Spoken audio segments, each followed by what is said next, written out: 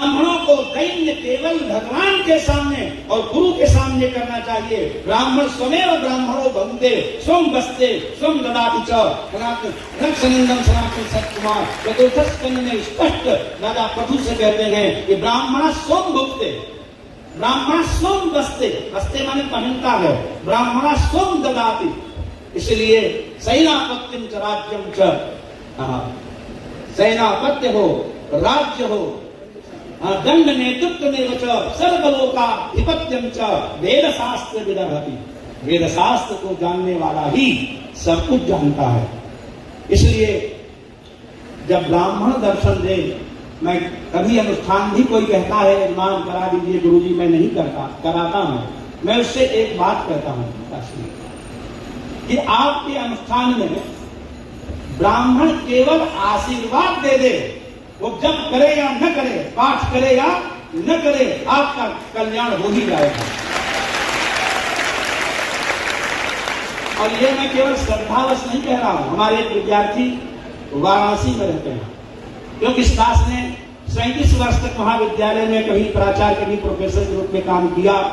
भारतवर्ष का शायद ही ऐसा कोई विद्वान हो जो साक्षात परिचित न हो। तो उस विद्यार्थी ने कहा, गुरुजी मैंने ब्राह्मणों का चमत्कार देखा है। वो कथा आप लोग सुन लीजिए। क्या चमत्कार? बोले एक कलकत्ता में सेठ जी रहते हैं, रहते थे नहीं, रहते हैं, और उनके विवाह को 20 वर्ष हो गए। कितने? और कोई संतान नहीं हुई। उन्होंने कहा कि तुम काशी में जाकर के श्रेष्ठ ब्राह्मणों से ये अनुष्ठान कराओ, तुम्हारे अवश्य संतान होगी। तो उन्होंने ब्राह्मण चुने, एक मुनीम लगा दिया बढ़िया, जैसे यहाँ आप लोगों काजू खूब मिलता है न खाने को, बादाम में मिलता है, लेकिन हमको अभी तक नहीं भिजवाया। ये बात है। तो खूब काजू बादाम, खूब दूध, खूब मिठाई, और मुनि ने सिखाया कि ब्राह्मणों की व्यवस्था करना, और उसके बाद दक्षिणा जो है हम देने के दिन आ जाएंगे, और तुम देखते रहना। तो ब्राह्मण तो गरीब बच्चे ही हैं, ज्यादातर कोई 20 का, कोई 25 का।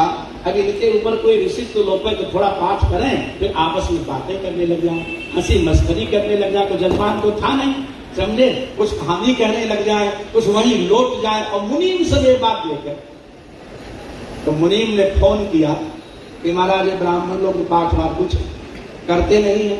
बोले खाली पाठ ही नहीं करते कि पूरी बात तुम देखे हो? बोले एक बात देखा है। बोले क्या?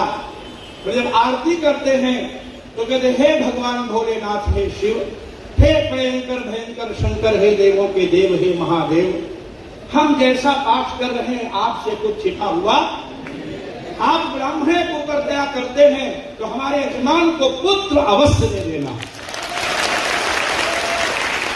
ये सच्ची घटना है। और 10वें महीने में उसके पुत्र रत्न पैदा हुआ, बिना दवाई, बिना पाठ, केवल ब्राह्मणों के आशीर्वाद मात्र से। ऐसा नहीं है कि ब्राह्मण प्रसन्न होकर के किसी को आशीर्वाद दे दे और उसका कल्याण न हो जाए। किसी ब्राह्मण का दिल नहीं दुखना चाहिए। सबसे बड़ी बात यह है कि समस्त ब्राह्मणों का हृदय से आशीर्वाद मिले, आपका वो भला मन से चाह जाए। भगवान की औकात नहीं है कि वो आपका भला न करे, क्योंकि भागवत कहती है सर्ववेदमयो विप्रः और सर्वदेवमयो हम। ब्राह्मण तो वेद से बना है और हम देवताओं से बने हैं। वेद और देव दोनों में स्वर व्यंजन एक जैसे हैं। इसलिए समस्त शास्त्रों का अर्थ इतना ही है कि प्रेम होना चाहिए। विवाद में, द्वेष में कुछ भी हल निकलने वाला नहीं है। किसी को नहीं निकला, आज तक नहीं निकला। इसलिए मैं आपके विनम्रता से, आपके स्नेह से, और मैं ही नहीं, कोई भी ऐसा ब्राह्मण नहीं है जो आपके मन से जय जयकार न करता हो। हमारे तिवारी भी हमारे पास रहते हैं, ये रोज हमारे पास आजकल एकादश स्कंद चल रहा है, 1 घंटा बैठते हैं। एक भी दिन ऐसा नहीं होता जिस दिन अनायास आपकी स्तुति ये न करते हैं। पढ़ाते हम हैं और स्तुति आप ही करते हैं।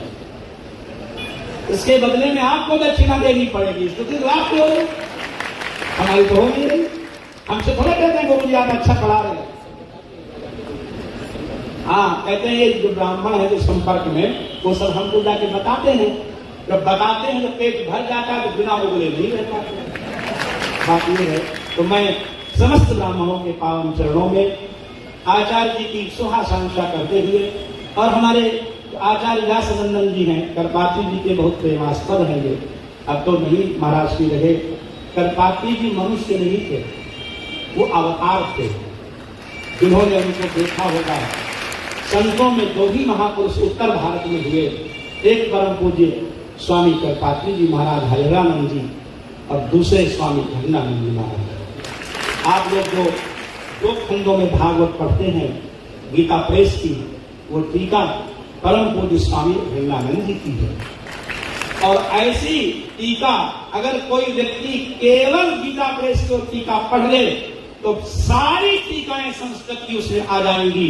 ऐसा हो ही नहीं सकता कि किसी टीका का भाव वहां छूट गया हो। जहां जहां मैंने विद्वत गोष्ठियों में बातें, यहाँ तो क्या विद्वत गोष्ठी होती है आप जानते ही, ऐसी होती है। विद्वत गोष्ठियां तिरुपति में होती हैं, काशी में होती हैं, यूनिवर्सिटियों में होती है। और वहां पर जब उस भागवत के अर्थों का प्रकाश करने का अवसर मिला तो बड़े बड़े विद्वानों ने पूछा कि आपने कौन सी टीका पढ़ी है। तो मैंने कहा मैं तो गीता प्रेस का केवल पढ़ के आया हूँ, मैंने तो संस्कृत टीका आर्योपांत आज तक कोई भी नहीं पढ़ी है। कोई कठिन श्लोक हो भले ही देख ले, सर्वज्ञ संसार में कोई नहीं। मैं ये दावा नहीं करता हूँ कि कोई भी ऐसा अंश नहीं है जहाँ पर बिना टीका देखे। टीका गुरु नाम गुरु, टीका गुरुओं की गुरु होती है। आप टीका देख करके नहीं लगा सकते, हम टीका देख के लगा सकते हैं। तो टीका गुरुओं की गुरु होती है, और उसी के कारण मुनि ने प्रथम हरि कीर्ति गाई। जो टीकाकारों ने बताया, जो अर्थ बताया, हम लोग वही करते हैं। ब्राह्मण लोग अगर अपने घर में भी 1 अध्याय, 3 अध्याय, 11 अध्याय भागवत का पाठ अपने लिए भी करने लग जाए, इस संसार में कलयुग में ही सतयुग आ जाएगा, इसमें कोई संदेह की बात नहीं है।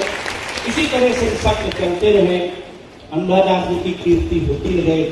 आप लोगों को खूब देखिए, एक बात सुनो, दुनिया में ऐसा कोई पेशा नहीं है जो जगत का कल्याण चाहता हो।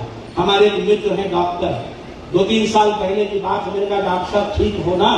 बोले कहाँ ठीक है? बोले क्या हो गया? बोले सीजन चौपट हो गया, मलेरिया तो चले ही नहीं।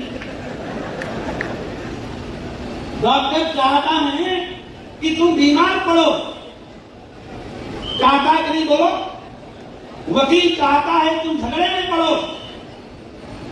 केवल ब्राह्मण चाहता है कि आपका कल्याण हो, आपकी जय हो, ताकि पाप चलता रहे और काजू बादाम मिलता रहे। ब्राह्मण के अतिरिक्त कोई अपने यजमान का कल्याण नहीं चाहता। सारे पेशे वाले, बिजली वाला चाहता है आपका पंखा टूट जाए, बोलो चाहता है कि नहीं? बढ़ई चाहता है कि आपका सोफा टूट जाए, समझे? नाई चाहता है कि आप गंजे हो जाओ, हम नकली बाल लगाएंगे। केवल ब्राह्मण एक है, वो चाहता है कि आपका कल्याण हो, आपका मंगल हो, आपकी जय हो, आप लड़के बच्चों से घरे पूरे रहें, रोज यज्ञ होते रहें। जो भी यजमान वृंदावन धाम में पाठ करवा रहे हैं,